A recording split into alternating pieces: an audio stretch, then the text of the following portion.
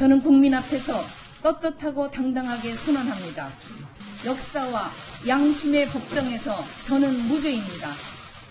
비록 제 인신을 구속한다 할지라도 저희 양심과 진실마저 구속할 수는 없습니다. 사법정의가 이 땅에서 죽었기 때문에 그 장례식에 가기 위해서 상복을 입었습니다.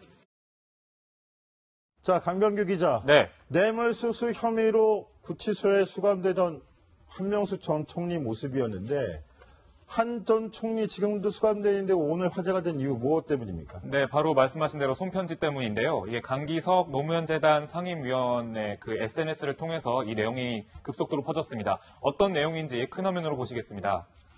네, 한명숙 전 총리의 옥중서신이라고 하는 제목에서 다시 봄바람이 붑니다.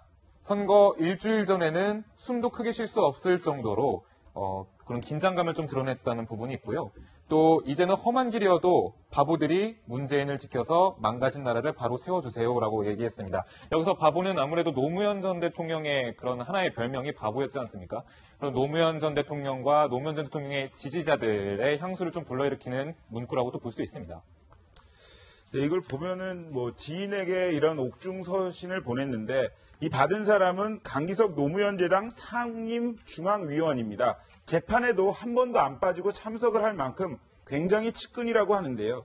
이 옥중서신을 보면 이러한 생각이 듭니다. 사실 문재인 대통령에 대한 당선 소회다 이렇게 말을 할 수 있겠는데 색깔론이 먹히지 않는 이번 대선 국민들에게 정말 감사드린다. 그리고 한명숙 전 총리 같은 경우에는 이제 2달 정도 있으면 구치소를 나옵니다. 그렇기 때문에 내가 이곳을 나가서 좀 더 밝은 세상에서 살게 해줘서 문재인 대통령한테 고맙다. 이러한 자신의 심경을 드러낸 것으로 보입니다. 네, 이런 한명숙 전 총리가 사실상 그 의정부 교도소에 수감이 되어 있으면서 이렇게 언론상에 나왔던 게 처음은 아닌데요. 최근이죠, 3월 달에 이제 탄핵 정국에서 그 지인들에게 탄핵과 관련해서 탄핵이 기각될까봐 마음을 졸였다. 대선 때까지 긴장을 늦추지 말아야 한다. 이런 약간 정치적인 당부를 했다라는 보도가 나왔었는데요.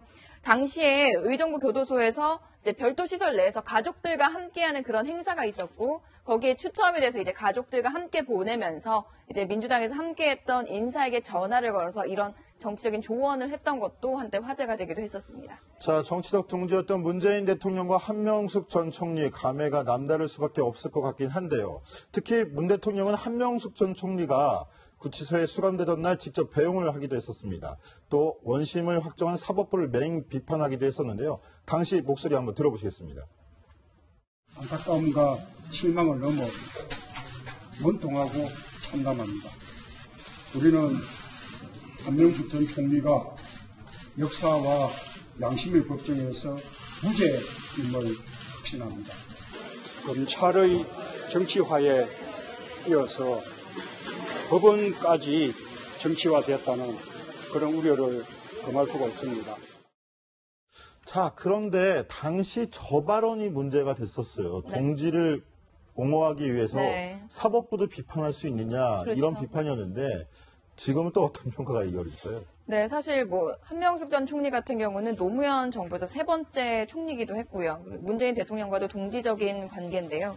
사실상 상권 분립하에서 이런 사법부의 판단에 대해서 의문을 제기하는 그 문재인 당시 당 대표였죠. 그때 발언이 좀 논란이 되기도 했었습니다. 사실 이런 발언들이 대선에서도 다른 후보들에게 공격의 대상이 되기도 했는데요. 그 목소리도 한번 들어보시죠. 또 이석기, 한명숙, 한상균이 이 사람들 내 사면할 것인지 그것도 내가 참 궁금합니다. 우리 만약 그럴 리도 없지만은 문 후보가 대통령이 되면 내가 이 사람들도 사면하지 않을까 그런 생각이에요.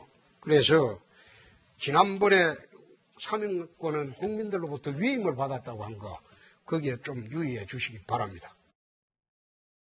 네, 이어서 설명을 드리면요. 사실 이번 정부가 새로 출범하고 나서 한명숙 전 총리가 8.15 사면을 받는 거 아니냐라는 그런 예측이 나왔었는데 사실 한명숙 전 총리는 8월 24일까지가 바로 복역 기간입니다. 그러니까 일주일여 남겨놓고 이 사면을 하겠느냐라는 그런 관측이 좀 새로 나왔고요. 한명숙 전 총리도 이 옥중 서신을 통해서 정치를 멀리하고 마음의 징역 때를 좀 벗겨보겠다라고도 밝힌 바가 있었습니다. 자, 한명숙 전 총리, 야당이 얘기하는 것처럼 본인은 사면 생각 없다. 8월이면은 만기 출소한다. 이런 입장이고, 정치권과도 거리를 좀 두겠다. 이런 입장을 밝히면서 문재인 대통령의 갈 길을 좀 넓혀주는 그런 모습인데요.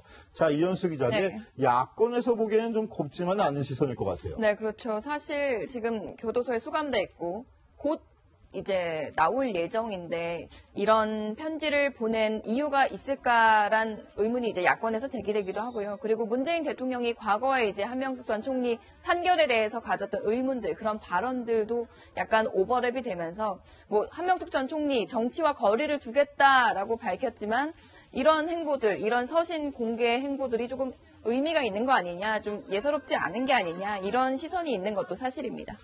자, 정치적 동지였던 한명숙 전 총리를 위해서 사법부를 비판하기도 했던 문 대통령이 자, 앞으로 어떻게 또 정책을 이끌어갈지 궁금한 부분이기도 한데요.